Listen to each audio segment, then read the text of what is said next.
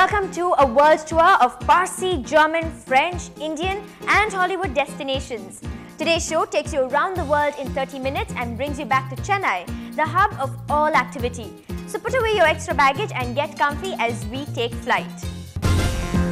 Parsis know how to have fun, so taste and see what the Parsis do when they get together. An unusual trinity, you'd say, when music meets culture. Black, white and blood red, the colors of suspense, thriller and a twist in the tale. So let's start where we stopped. Last week on Shift Focus, we had a taste of Parsi flavors with the centenary celebrations of the Fire Temple with Gary Lawyer's musical Rendezvous. Now the celebrations commemorated the community's existence, their rich heritage and of course the Parsi culture. Joining the revelry was Boman Irani, who tickled your funny bone. Now if that wasn't enough, he showed us some bone-bending moves along with it. So get set for a good dose of laughter, passion and talent.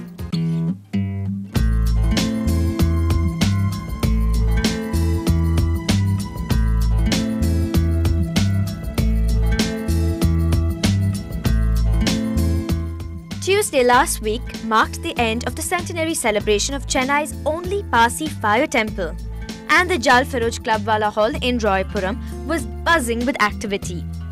It was a gala event where the members of the Parsi community had enthusiastically gathered to see what the evening had to offer.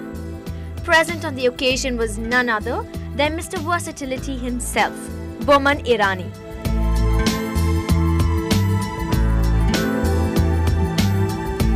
When I started my career as a photographer, I landed up in Chennai. In this very dharamshala, I stayed over here to be an apprentice here in Chennai. A gentleman called Aubrey Sequeira from Goldwire Communications kind of brought me down and said, if you want to be a photographer, you need to get some studio experience. And Mr. Vasudevan, I remember him very, very well, who allowed me into his studio, and I learned my chops here in Chennai. As a matter of fact, went back to Mumbai and made a career as a photographer, and then of course the rest of the story.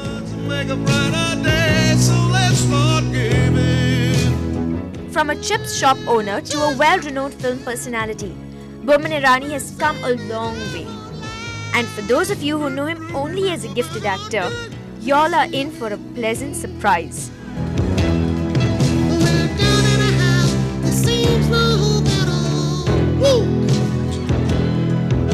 With his uninhibited stand-up performance and his hilarious dance moves, Boman Irani had the audience in splits throughout the evening.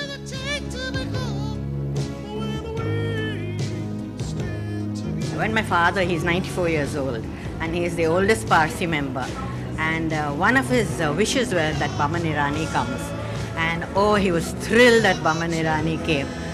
We are very proud of Boman Irani. He really did us proud. And his acting, his extempo singing, we were really thrilled with that. And I really thank him for coming and making this day a beautiful one. The evening also had the Parsi community play spectators to a play staged by the Little Ones. Written and directed by Mithun Devanisan, the play was about the monkey Topiwala story, but this time with a little twist. Poison the earth with the use of pesticides. You have hunted hundreds of species to extinction, and thousands more are threatened. There's a wonderful story of how the Parsis came to India and asked for refugee status. They asked, how would you be?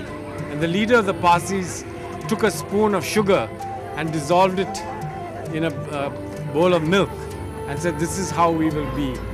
We will be invisible, but we will add to the fabric of life here in India. It's a very proud moment to be part of this historic event. 100 years of a fire temple comes once in a lifetime. Mithun uncle is very nice to me. We made a lot of friends and we had to go every weekend for practice. And initially when we used to come for Parsi functions, our kids had to be pushed to go and make more friends, but now it's been a wonderful time. We've had a lovely time, they've made a lot of friends, and we literally have to pull them out from there, and it's a lot of fun. Please notice the beautiful lace that Tina is wearing. It has a touch of the French, I think. Well, the fun didn't stop there. The night also saw pretty Parsi ladies walk the ramp, showing off their traditional Gara saris. The Garas were India's first fashion saris, in which the aristocratic Parsi ladies would step out to meet the British Mem Sahibs. Put your hands together, please.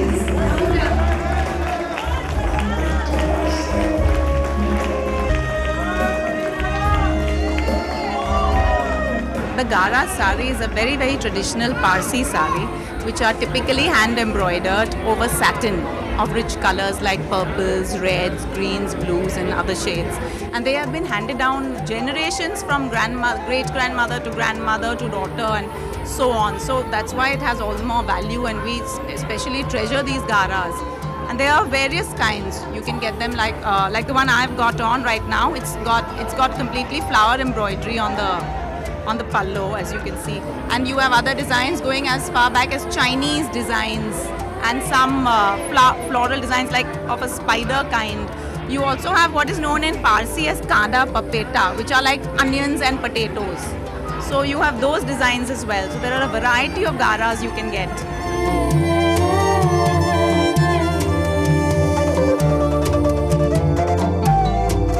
The well-orchestrated fashion show showcasing these rare pieces of Parsi legacy was a perfect end to the fantastic 3-day celebrations of the 100th year of the Parsi temple in Chennai. May the Parsis in Chennai continue to flourish like the fire in the Jal Ferosh Clubwala Dar-e-Meher.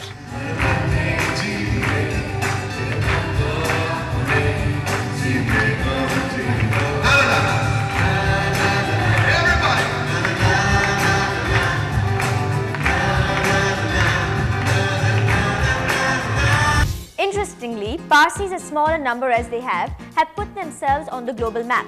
Now, do you know who else is Parsi?